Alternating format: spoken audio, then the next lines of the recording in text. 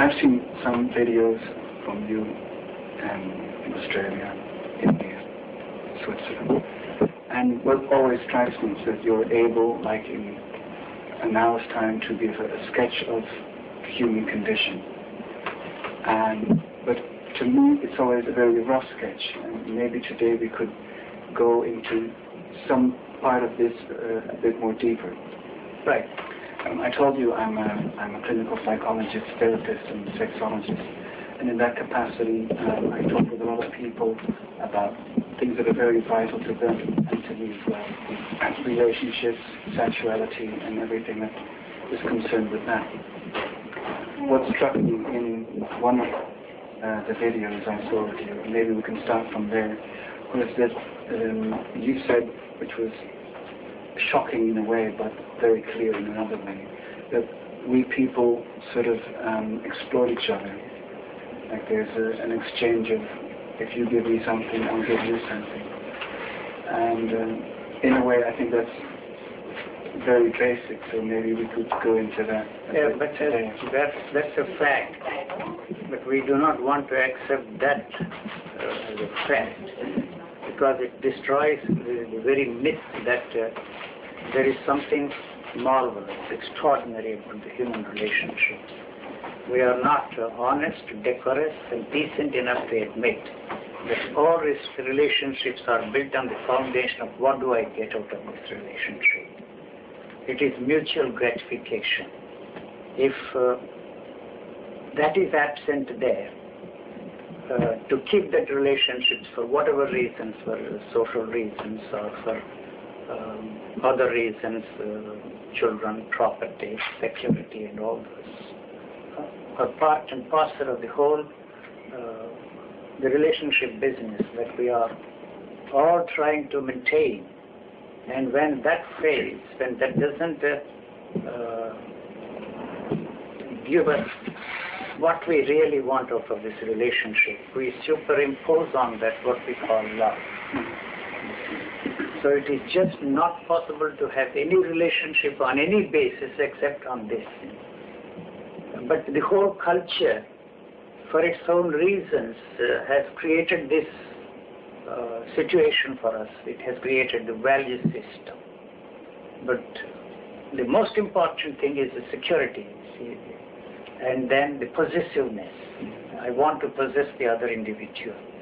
When my hold is becoming weaker for various other reasons, it wears out after a while. You see, you cannot maintain this lovey-dovey relationship that the relationship started between man and woman all the time, because it is based on the two fundamental images that we create for ourselves. So the actual relationship between two individuals is the relationship between the two images. But your image is changing, and the image of the other person involved in your relationship also is changing constantly.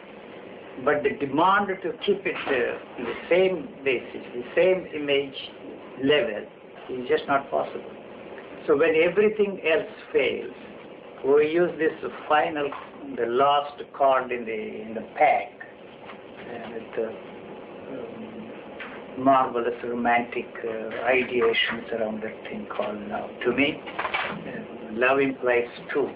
Wherever there is a division there, whether it is within you or without you, that relationship cannot last long. The relationships are formed, and then the relationships are dissolved, and both of those things happen in the same frame, within the same frame. So that is really the problem. To me, you may think that I'm a very crude man, but if anybody talks to me about love, it is to me a four-letter word, Mrs. That's the only basic relationship between a man and a woman.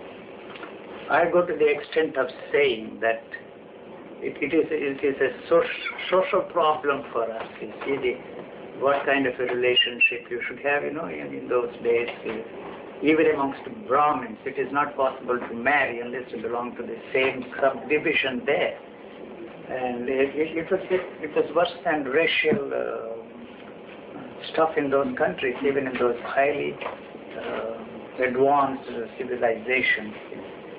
So the idea of maintaining the, I don't know what word we use, you see, not that they call it, I just don't get the right word, you see, to maintain the family traditions. What is tradition after all? It is the unwillingness to change with the changing things. When we are forced by the conditions, then we change a little, but yet, you see, the change is not in the interest of the mechanism of our thinking. I'm saying a lot of things. And I go to the extent of saying, unfortunately, we have blown this business of sex out of proportion. It is just a simple biological need of this living organism. This body is interested in only two things: survival and to reproduce one life. It's not interested in anything. But it has become a tremendous problem because the basic biological functioning of the body we have turned that, you see, into a pleasure moment. If there is no thought, there is no sex at all. And the second problem here is it is not just the sex act that is important, you see, the build-up that is there, the romantic structure that we have built around it, the love play, this, that, and the other, is based on the build-up, you know. So, if you look at, say, a beautiful woman, for example, the moment I say that it is a woman, we have created a problem there. A beautiful woman. And then it is more pleasurable to hold her hand than just to look at the beautiful woman.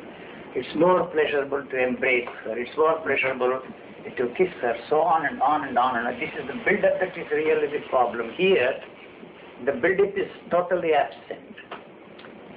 Because there is no way, you see, this can be focused on any particular object. The moment you say that she's a beautiful woman, that is a cultural thing. Something happens there, that beautiful woman opens her mouth, and for all you know, she has the ugliest teeth that any woman can have, let alone the beautiful woman. So you see, that has moved from there to here. And then something else, you see, her movements.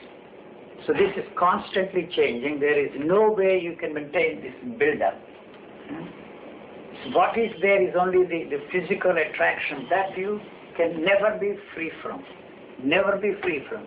All those people, the saints, they are tortured with this to control that, you see. It is a natural attraction, but that natural attraction is something which should not be condemned, you see.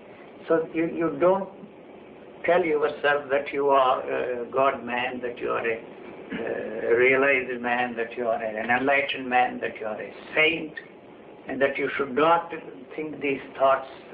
See, that's really the problem there. They are not honest enough to admit that. So if a saint comes to me, or one who practices celibacy, I am very ruthless with them. You see, do you really mean to say that you never have wet dreams, I ask you?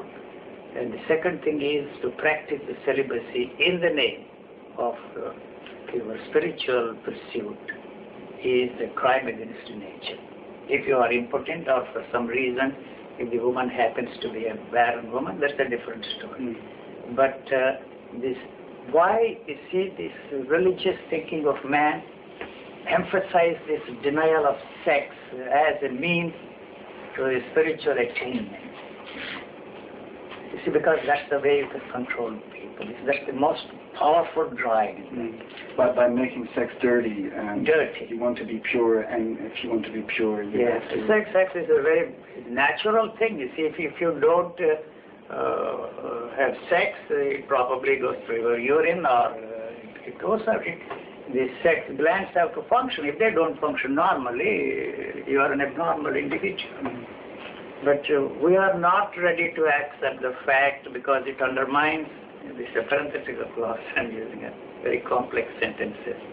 It undermines the very foundation of human culture, that we are not just biological beings, that we are something more than that. You see, whether it is spiritual thinking or an economic thinking, you say you are just not an economic being controlled by the laws of supply and demand, but actually in the field of economics we are controlled by the supply and demand. And in the political field, the raw excessive politicalism controls our thinking. So, but we are not ready to accept the basic fundamental fact that this is just a biological being. And all that is happening there is the hormonal activity. And it is pure and simple chemistry. That is all that is there. So if there is any problem there, you see, it is too much for me to tell you because you are a sex therapist and all that kind of a thing. It cannot be helped in any other way other than trying to change the chemistry of the whole thing. I think our whole thinking has to be put on a different track. You see, I don't know. I'm just suggesting. I may be wrong. I'm not competent enough. You see. What track would that be? It's all chemical. It's all chemical. See, as they say that the desires are hormones, and the whole ethical culture that we have created through centuries to control the behavior of human being is false. So desire cannot be false. Anything that is happening within this organism cannot be false. Let me see if I get you straight. I don't know if I made myself clear. I think so. I'm just checking. Are you saying that there will always be sexual desire even without thought? Because without thought there is no sex at all. There's no sex at all. So where there's without thought there is nothing there. So thought is memory. Thought is, I don't know where, you see, this people made fun of me when I said these glands are inactive there. One of the most important glands there is the thymus gland. And when I discussed this subject with some physiologists or the doctors, they made fun of me. It's a dead thing, it's inactive. If it is activated through any external means, it will be an abnormal situation. But that's the most important gland, the feelings, which are not thoughts, operate there. You see, that is involved from the time. You see, the medical technology ignored that for a very long time. Any abnormal condition of that is considered to be an abnormality. And they tried, you see, to treat it as an abnormal condition. But when you reach the adolescent age, it becomes inactive. You see, then your feelings are controlled by other ideas.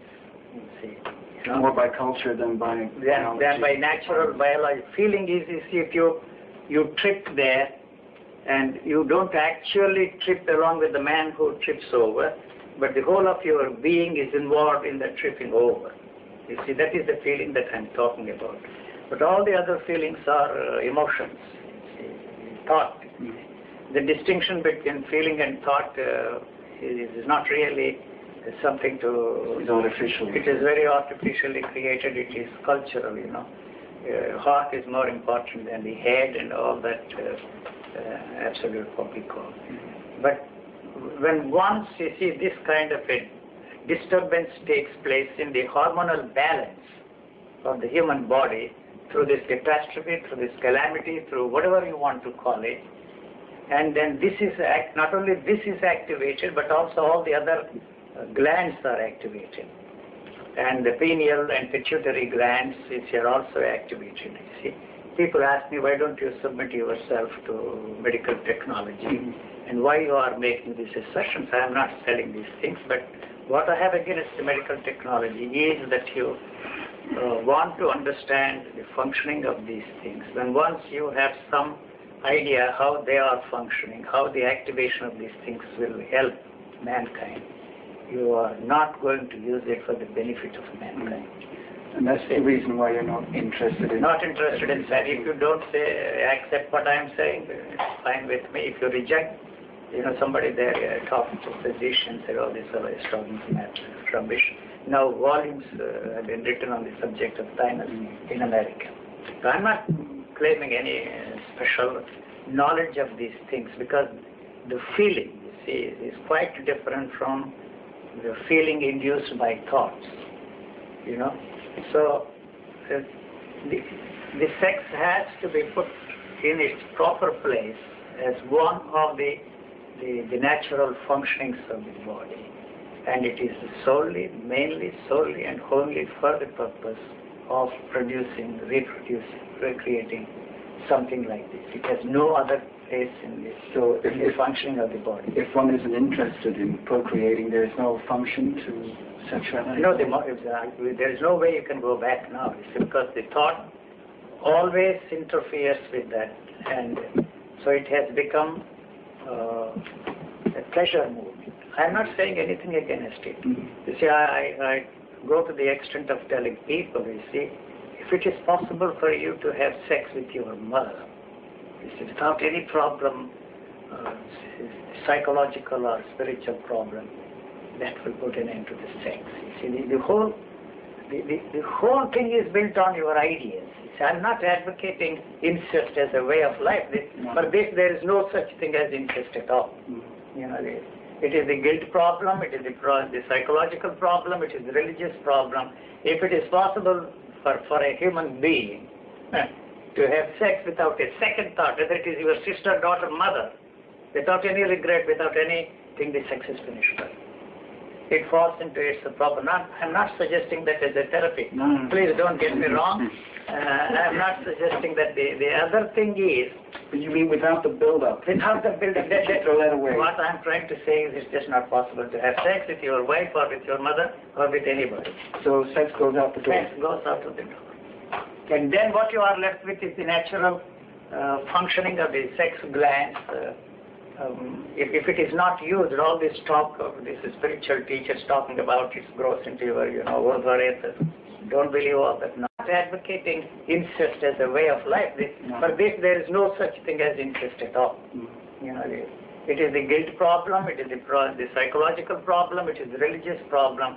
If it is possible for a human being to have sex without a second thought, whether it is your sister, daughter, mother, without any regret, without anything, the sex is finished. It falls into its problem. I'm not suggesting that as a therapy. No. Please don't get me wrong. I'm not suggesting that. The other thing is... But you mean without the build-up? Without the build-up.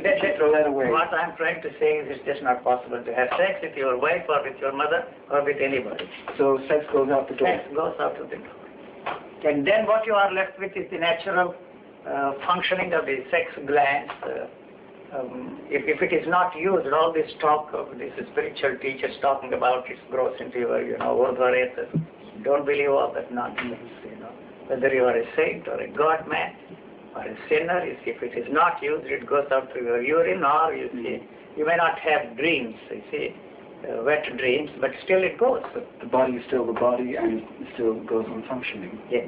There seems to be an abnormal functioning here. What do you call estrogen is in the case of, what is it? I'm not very familiar with these are the female hormones. The female hormones.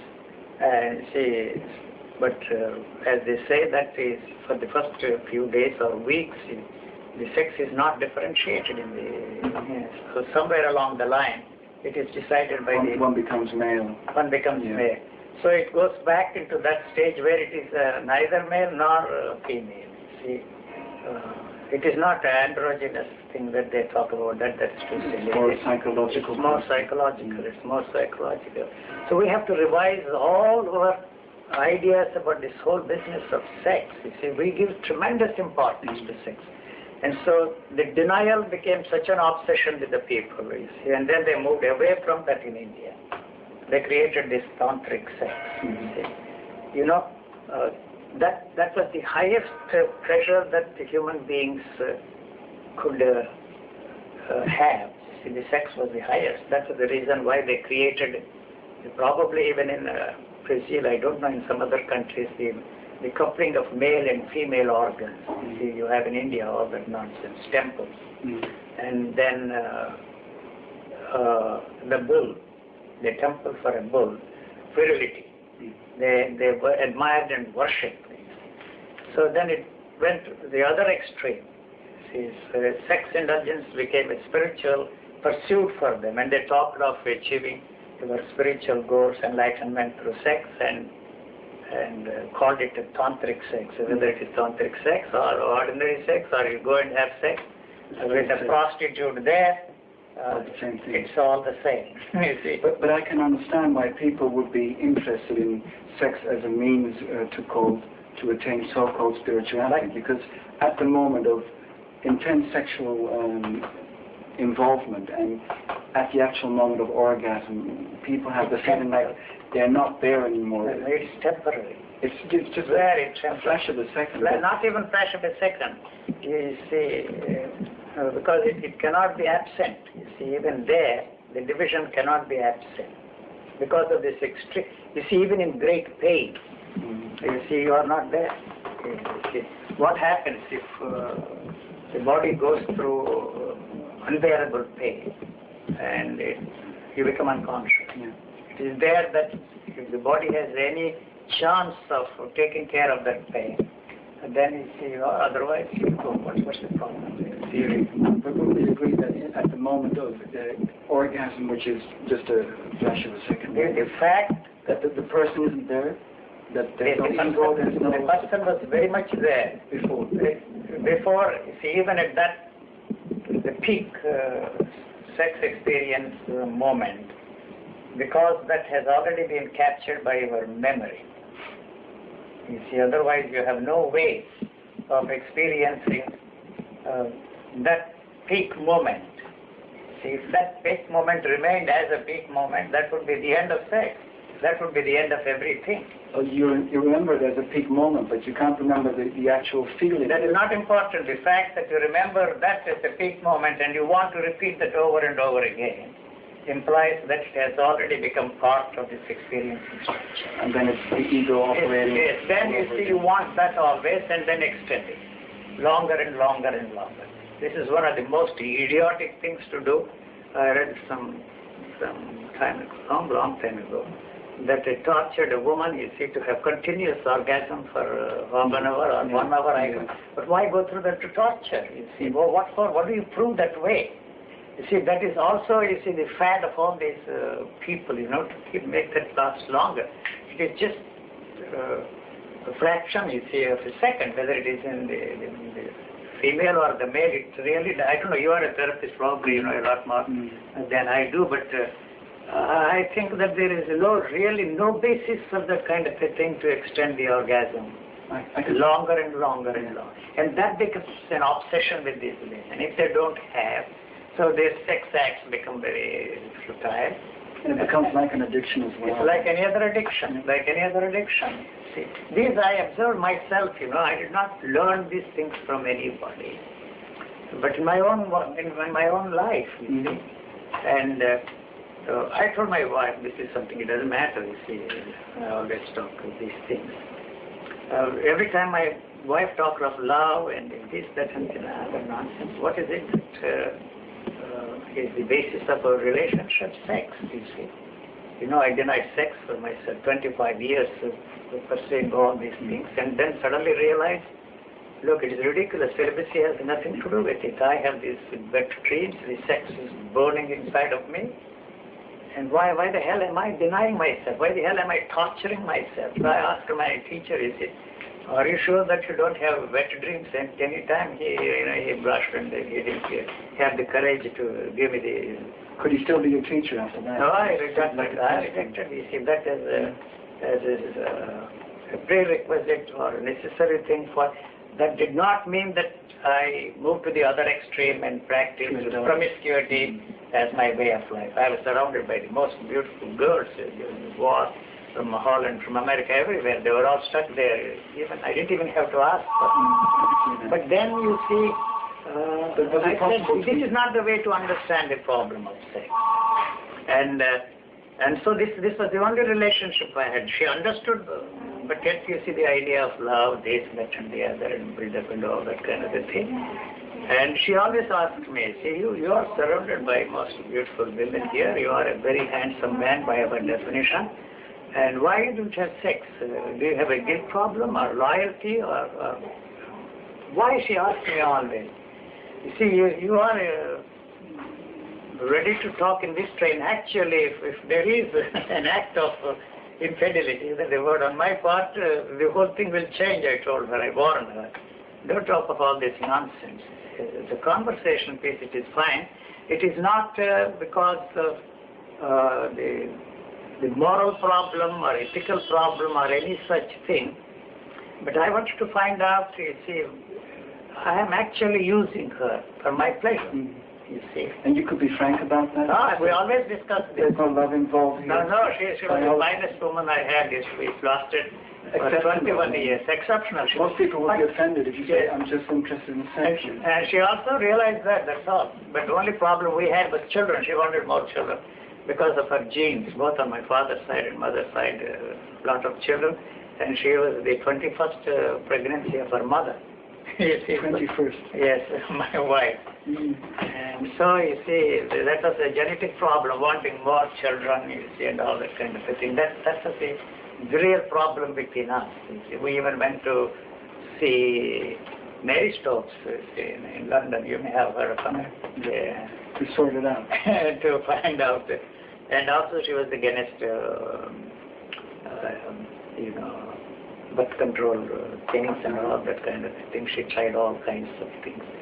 And she was telling me that by nursing the child for a longer time, the pregnancy would be delayed. So all kinds of strange ideas. But she was not ready to go to a doctor to finish with the abortion for some reason or the other. But somewhere along the line, she had to have an abortion because we didn't want to have lots of children. Yeah. But apart from that, and I did have one, what is it, midnight stand? One night stand.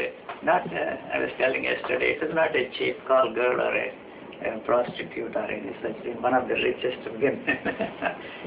And that finished. No more sex after that. You will be surprised. That was still during the relationship with your wife? Yes. And that finished it off. just so happened to me, see, that I happened to be in this woman's place, and I don't want to go into all the sordid details, but anyway, that's not important. That was 33 years ago, I think. 33 years ago. Finished. And that was it? That was the end of sex for me, you see. So I am using that woman, you see, for my own pleasure. So it was not an ethical problem, or it hit me so hard that I used that woman. She may be a willing victim, willing partner in this whole game, but I cannot do that anymore. See, that was the end of it, and it created a problem for her also, in the sense, not that she revolted or any such thing. I denied sex to her also. She felt rejected. She was rejected, you know, and yet she felt guilty for pushing me into. She did not push me into that situation, but you see, finished. But that did not finish the sex at all, in the sense that there is a natural rhythm, you see, even in men. It's like I was able to study, there is a peak there, and for months and months and months you don't even know, you see, that... it has to do with hormones as well? Yes, hormone, like the woman, is there is a period, you see, like that. And it is impossible for, you see, woman and man to have this same thing at the same time. We are programmed differently. Yes, if that could be synthesized, that would be a marvelous thing. Yeah, but there is no way you can do that at all. So but it did, until this, whatever happened to me, it continued, but with the powerful drive, you see, it was still there. And I knew that the semen would go through the urine or some such thing. But it didn't bother me, because I was determined to find out and solve this problem, you see, for myself. You know, I did not go to a therapist. I never believed in any therapist or any such thing. So it resolved off and by itself that it's not really a burning problem. It should not be, blown up into out of proportion. It has a place, a very simple functioning of the body. That's all. Its interest is only to create.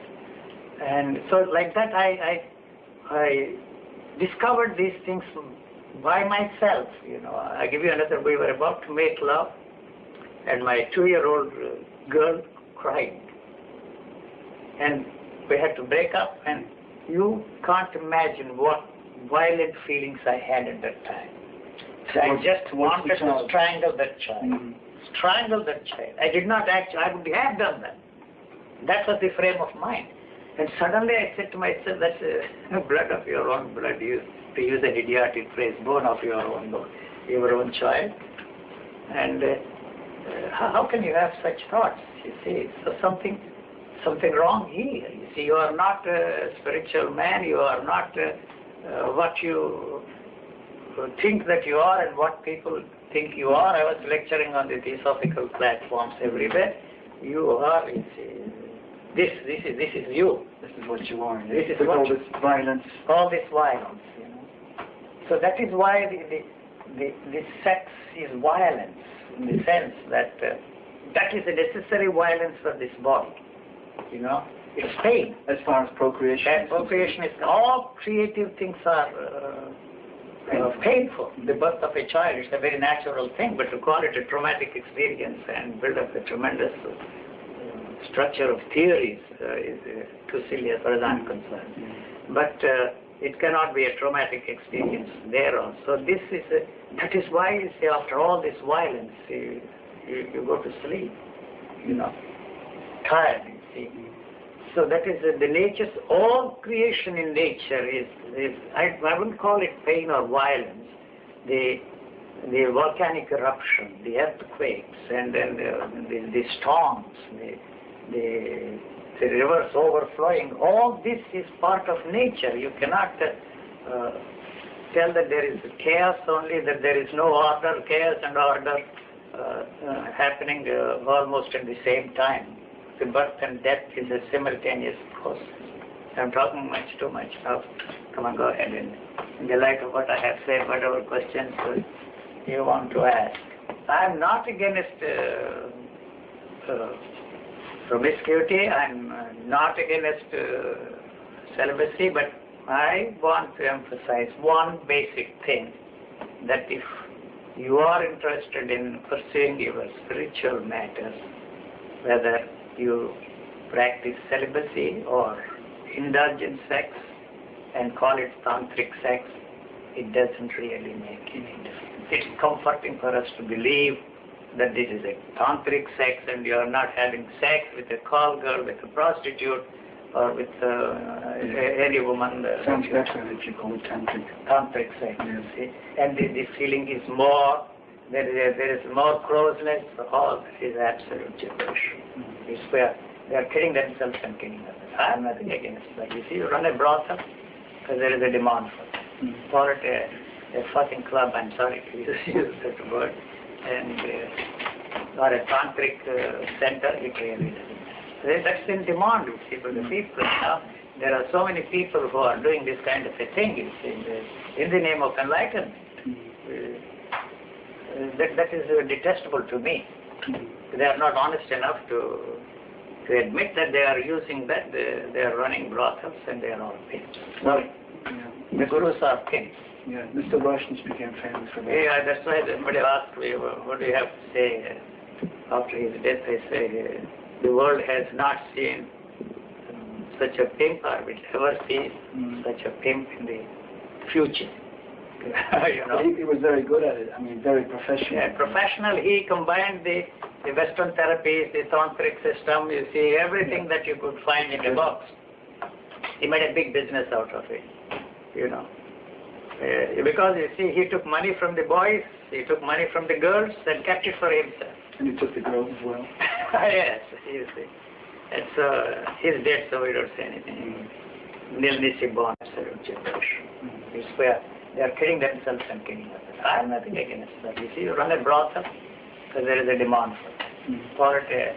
For a fucking club, I'm sorry to use that word, and or a tantric center, it really doesn't matter. That's in demand, you see, for the people now. There are so many people who are doing this kind of a thing, you see, in the name of enlightenment. That is detestable to me. They are not honest enough to admit that they are using that. They are running brothels and they are all kings. No, the gurus are kings. Yeah, Mr. Rushens became famous for that. Yeah, that's why somebody asked me, what do you have to say after his death? I say, the world has not seen such a pimp, or will ever see such a pimp in the future. You know? But he was very good at it. I mean, very professional. Yeah, professional. He combined the Western therapies, the tantric system, you see, everything that you could find in the box. He made a big business out of it, you know. Because you see, he took money from the boys, he took money from the girls and kept it for himself. And he took the girls as well. Yes, you see. And so he's dead, so we don't say anything. Nil nisi bonum. But if we can go back to what I want to say is that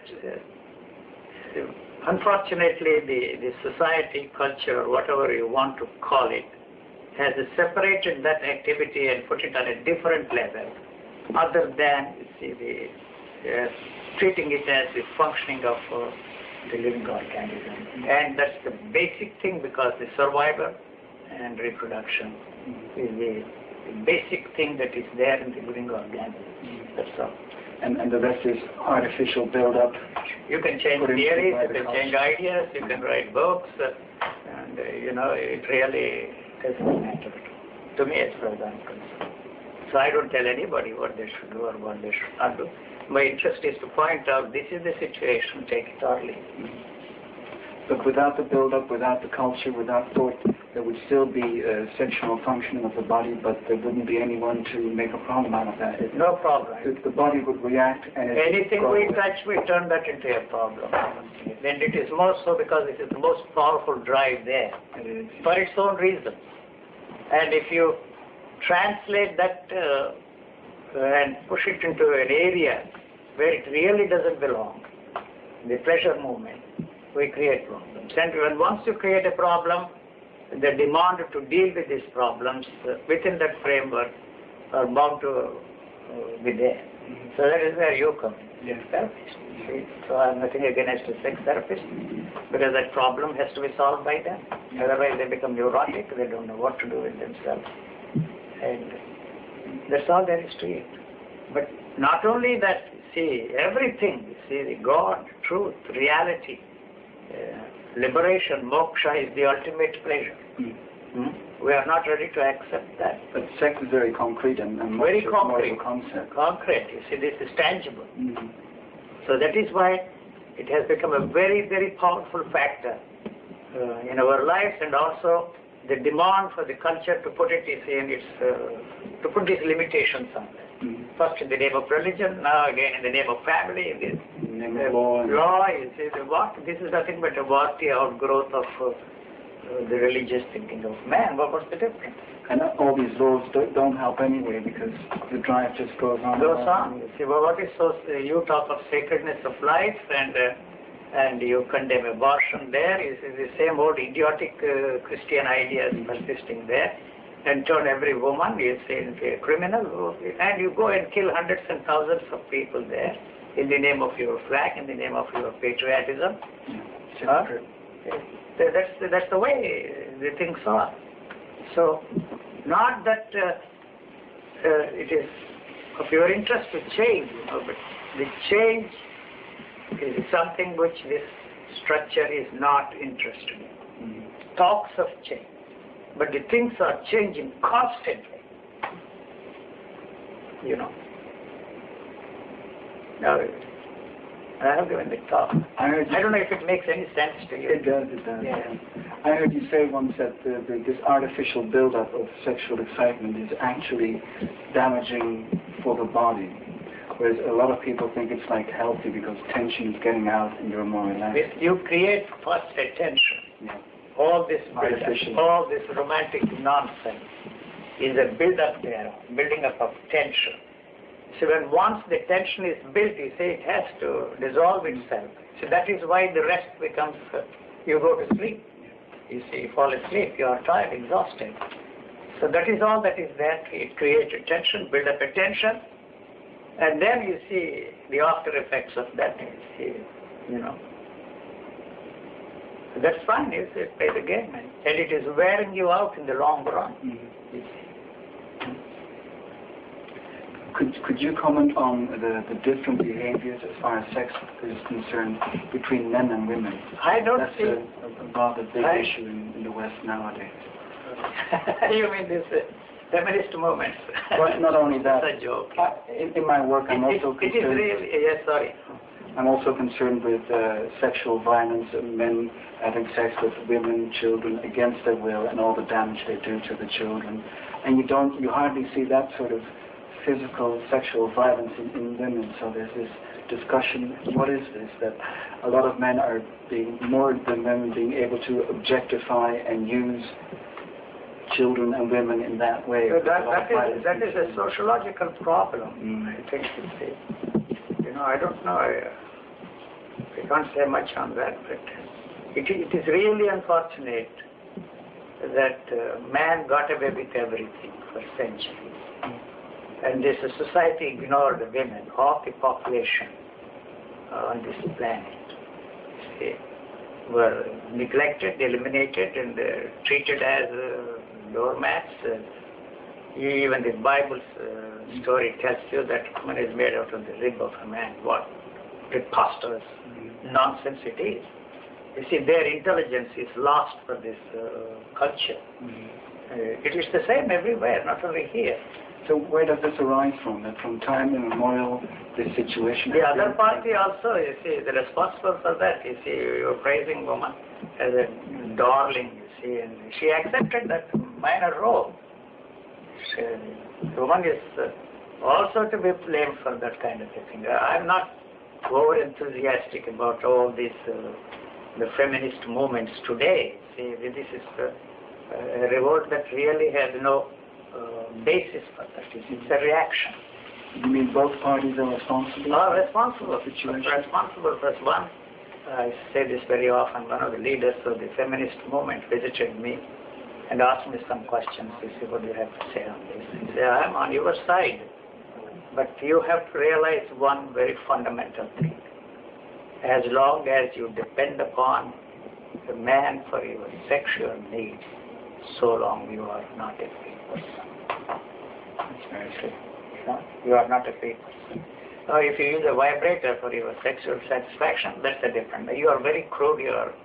I'm not crude. This is a fact, you see. So, as long as you depend upon that, see, then the exploitation begins. It still goes on. Goes on and on and on.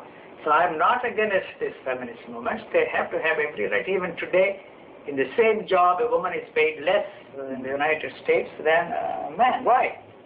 So we got away with this kind of a thing, you know. And that is culture, of course. That is culture. But it must have started somewhere. But where is the guarantee that a woman is... there was a time when I believed that if women were to rule this world, it would be a different story. Wouldn't it? Has it been?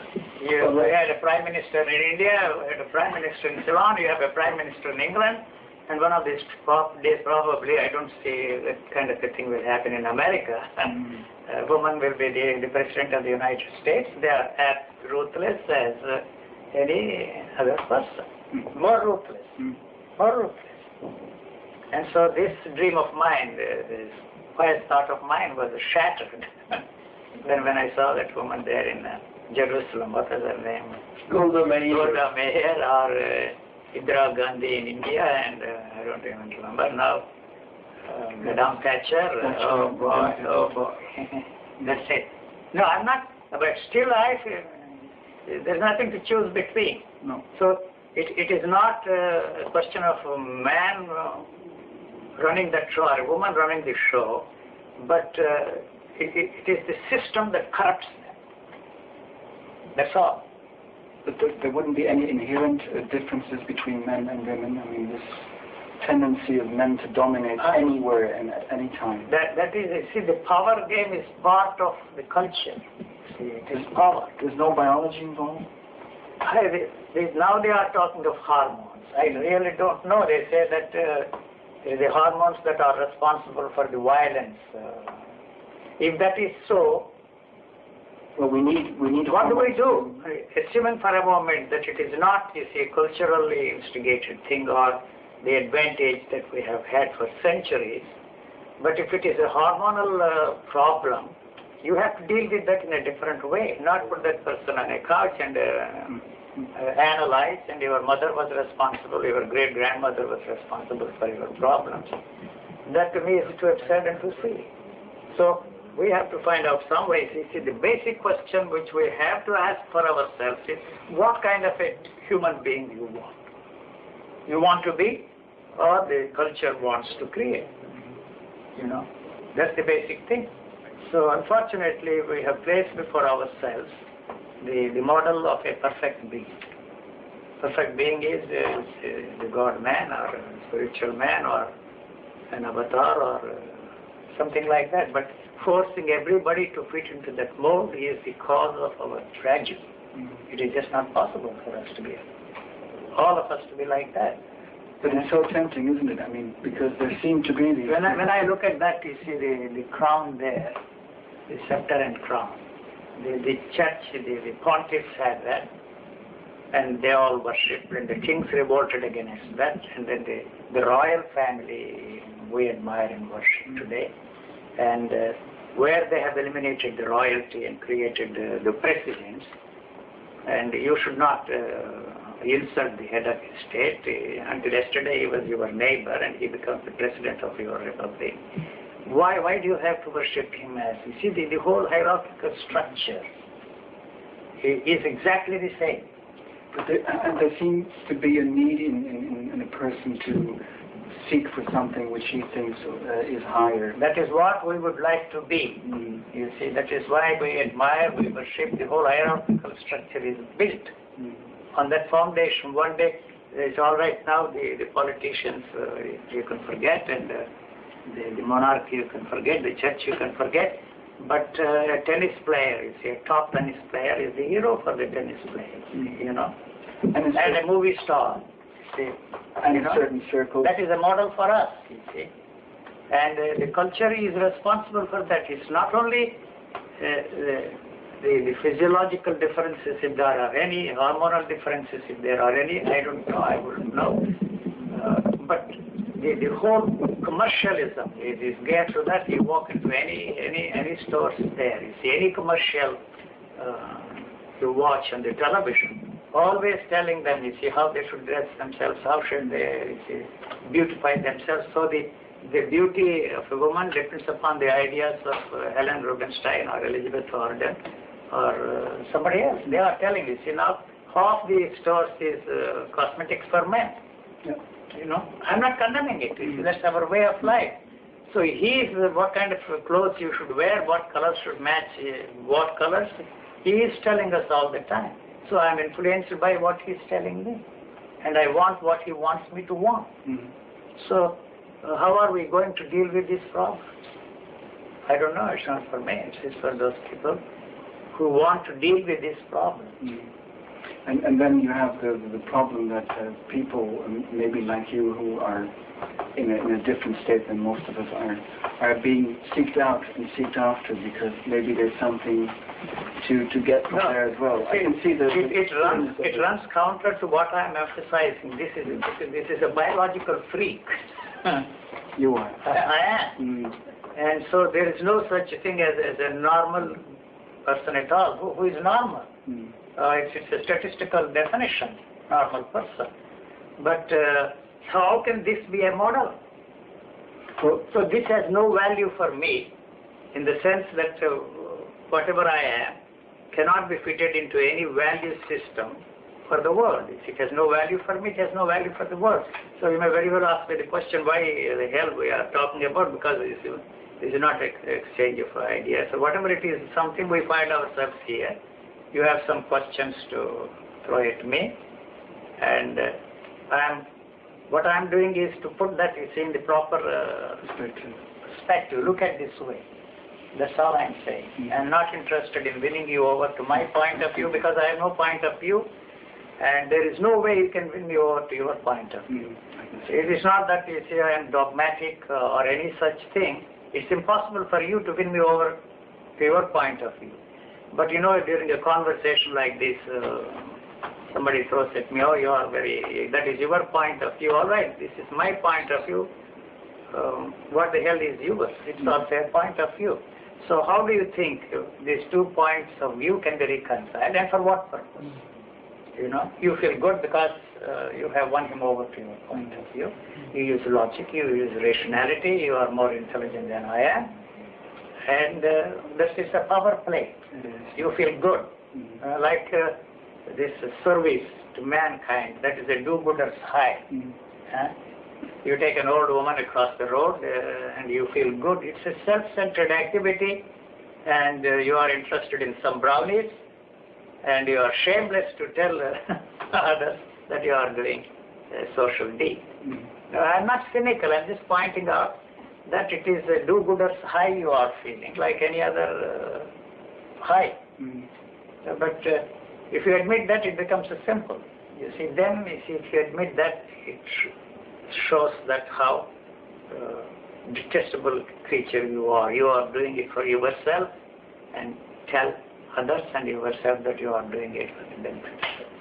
So you are interested only in brownies. I am not cynical. You may say that, but cynicism is a reality. A cynic, his feet are very firmly fixed on the ground. But I don't find you cynical at all. I mean, it just makes perfect sense to you. Yes.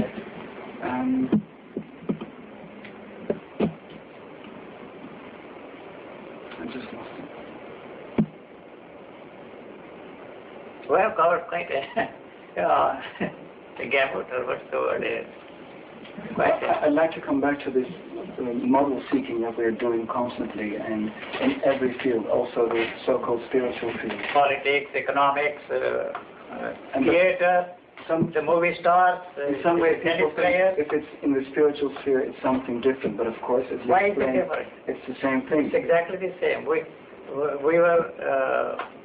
We found ourselves in a situation where only spirituality mattered to us, and now there are movie stars instead of Jesus. There are so many people can have the movie stars there, the tennis players or wrestlers, depending upon what your particular fancy is. And they like it, and they try to get as much as possible. Yes. But you, it's a different story. I visited a friend of mine. He was condemning his daughters for having the pictures of movie stars in the bathroom and toilet. And then we walked into his living room, and he had my photo there on his table. I asked him, why, what's the difference between the two? What's the difference between the two? The same thing. You know? One day, you see, many of Rajneesh's disciples visited me in Bangalore. My host happened to be a disciple of Rajneesh. He was one of the top movie directors. He was very close to him, and he spent years and years and years practicing all the techniques, but after he met me, he walked out on him. And in his living room, there was a picture twice the size of that, you see, of Rajneesh. After his encounter with me, he removed that and put it in the attic or under an almirah and put my picture there. So I took all these people, look here, you see what he has done. Huh? Yeah, exchange one for the other. Yes, like you know, the divorces in America. You divorce one woman, the new wife comes, and her picture and your children, and put them all the other old photos in the attic, and replace them with the new wife's parents, grandparents, and children. That's all. You replace one with another. Did you care about that? I mean, no, I just pointed out the absurdity of it. The absurdity. So that is all that they can do. Replace one illusion with another illusion, one belief with another belief. But if the belief comes to an end, that's the end. But there's no escaping, because as you explained before, there's nothing you can do to... Not a thing. Sort of change all So if you are lucky enough to, I don't know, lucky enough may not be the appropriate word, to find yourself where there is no attempt on your part to get out of the trap. The more you try to get out of the trap, the more you are trapped in that. That's very difficult to That is the trap. That's the trap. Wanting to get out yes, of the so that's all those who want to discuss this with me, the question of, how to uncondition yourself, you see, how to live with an unconditioned mind. You see, the very thing you are doing is conditioning it. You see, you are conditioning it in a different way. You are picking up a new lingo. Instead of using the usual one, you begin to use the new lingo and feel good, that's all. But this is conditioning you in exactly the same way, not in a different, in exactly the same way. That's all it can do. But even realizing but that... the physical body is conditioned in such a way that it acts as intelligence. Conditioning is intelligence here. There's no need for it to think. But there's no conditioning in the body. I mean, the body is... The conditioning is intelligence. That's the native intelligence, not instincts I'm talking about. The intelligence that is there is necessary for the survival mechanism. That intelligence is quite different from the intellect which we have developed. That is, the intellect is no match. If you don't think, the body can take care of itself in a situation where the body is in danger. It relies upon itself and not your thinking and not your the intellect at all. Otherwise you are frightened.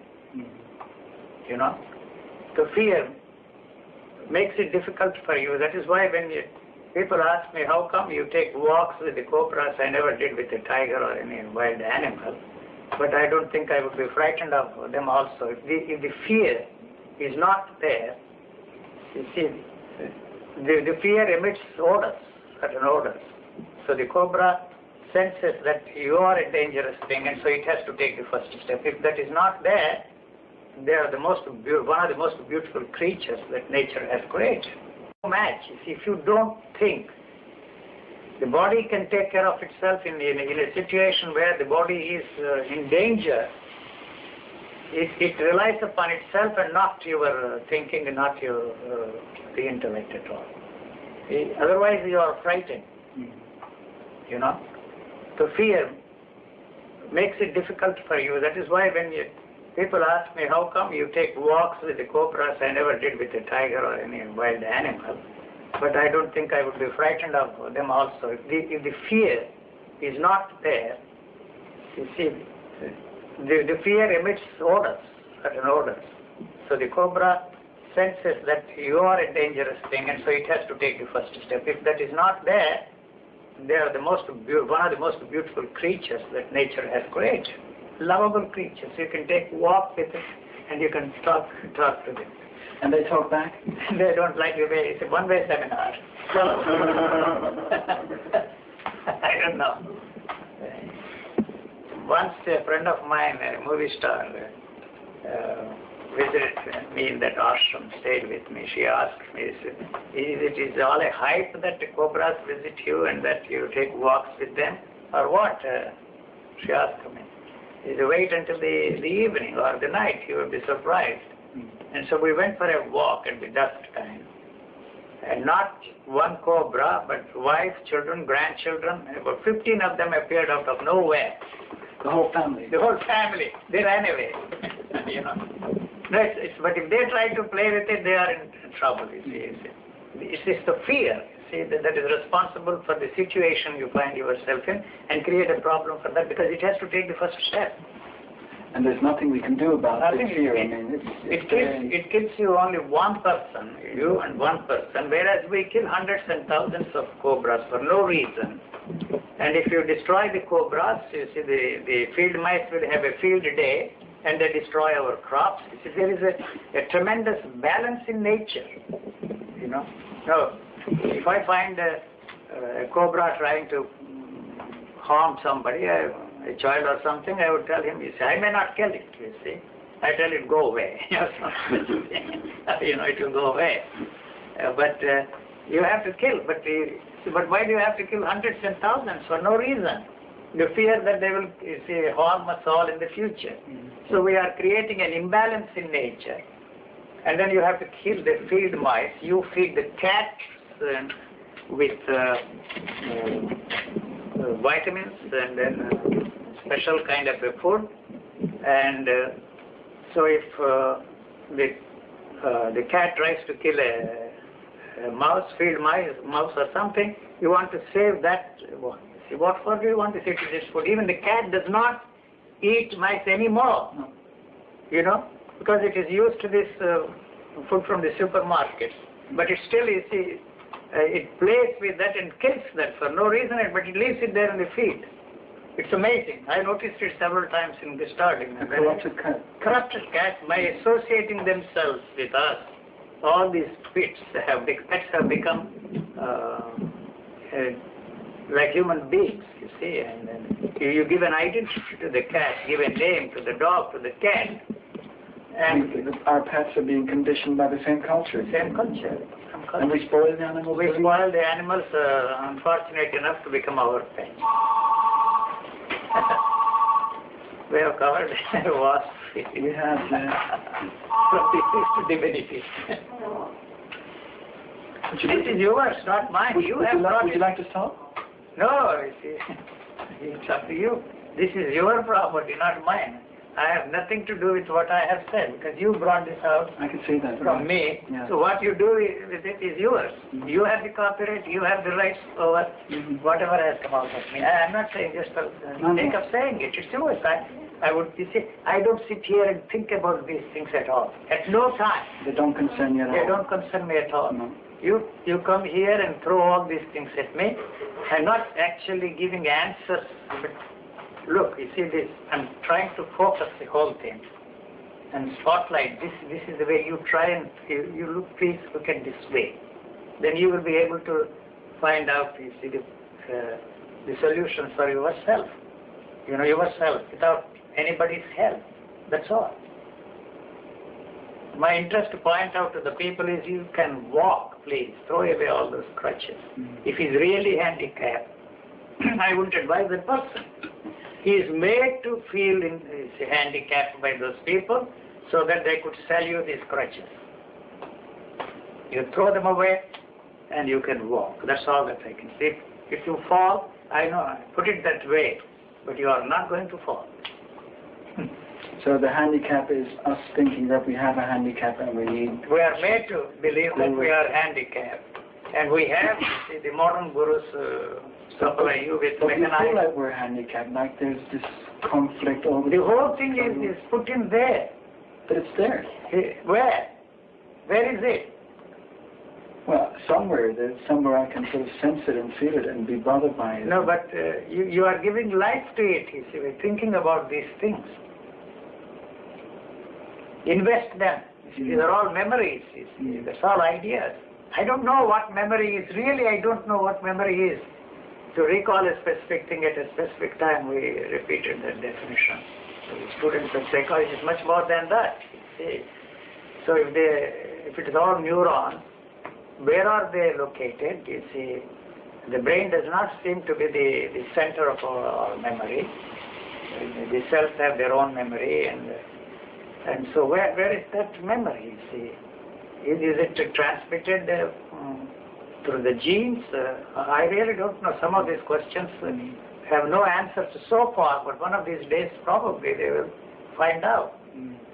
And I believe that the problems of the planet can be solved with the help of high tech and technology. But we have a tremendous high tech and technology at our disposal. But the benefits that we have accrued so far have not percolated to the level of all people living on this planet. It benefits only a microscopic number of people on this planet.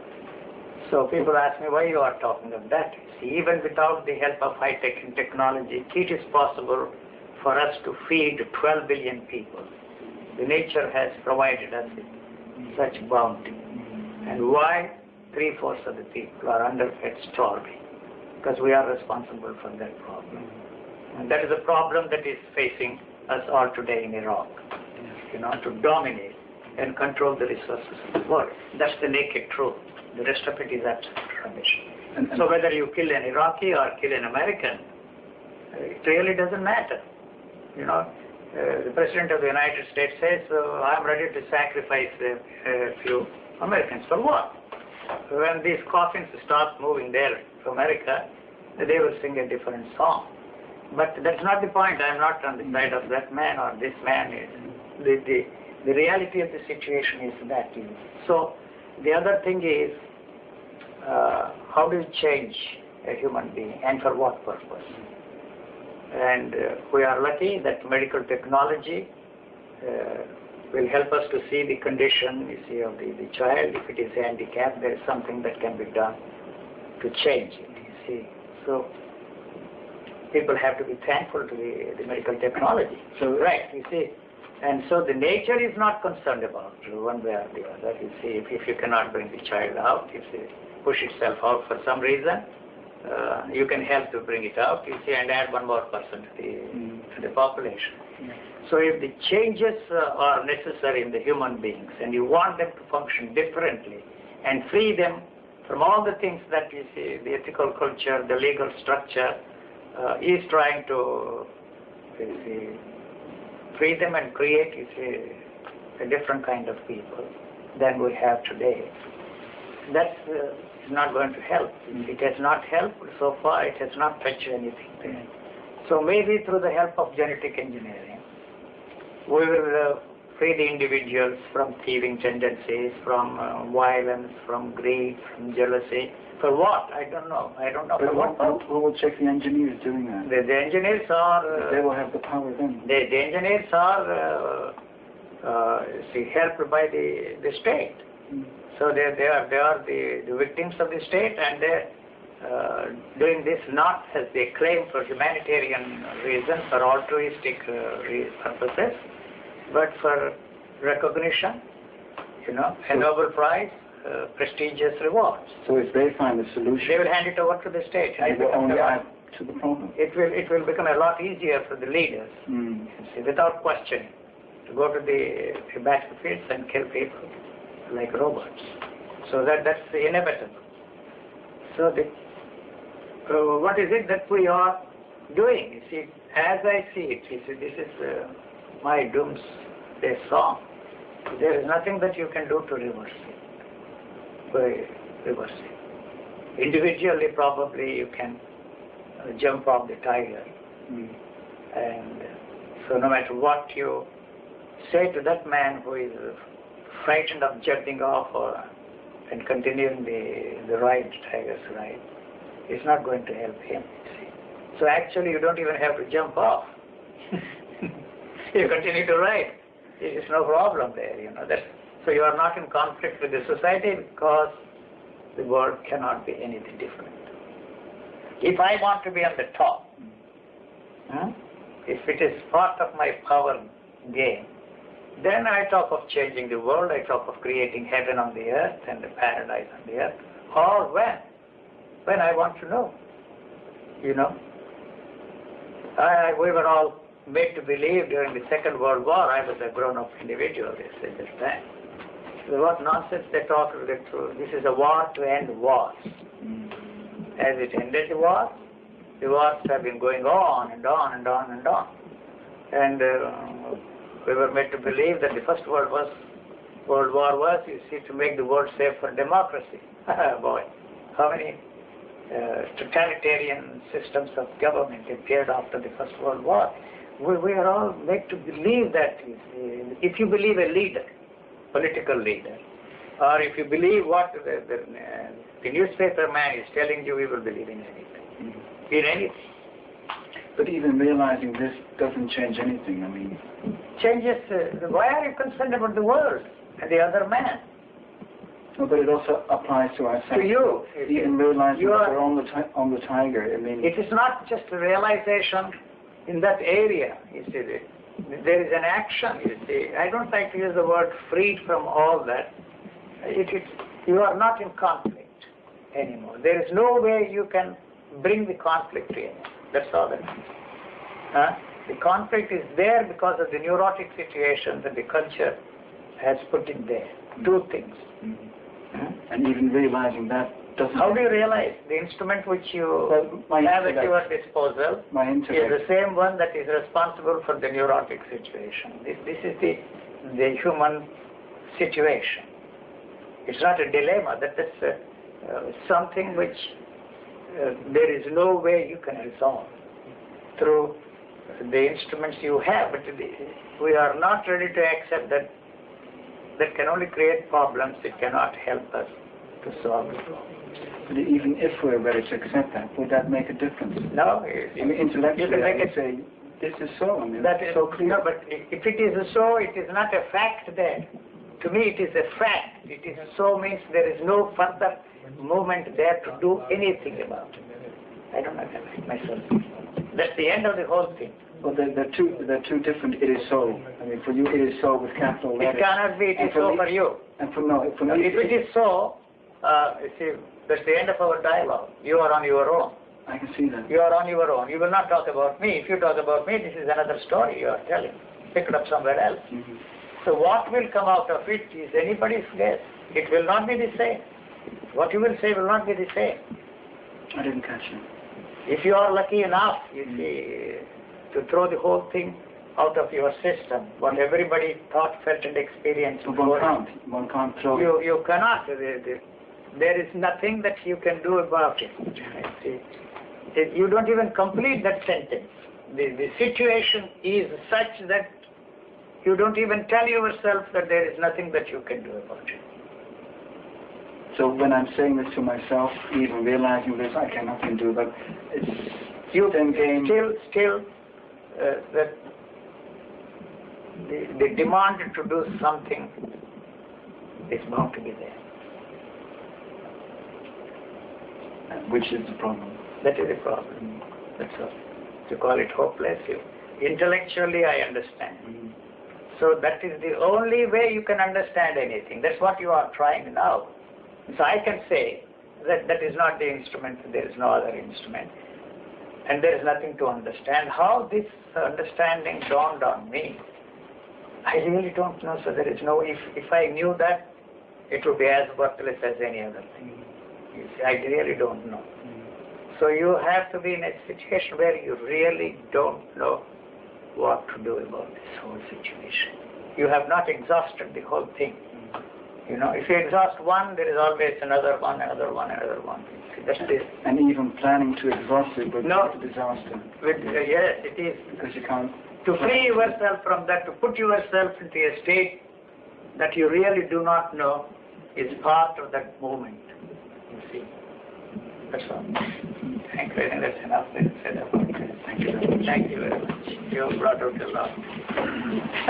Thank you very much.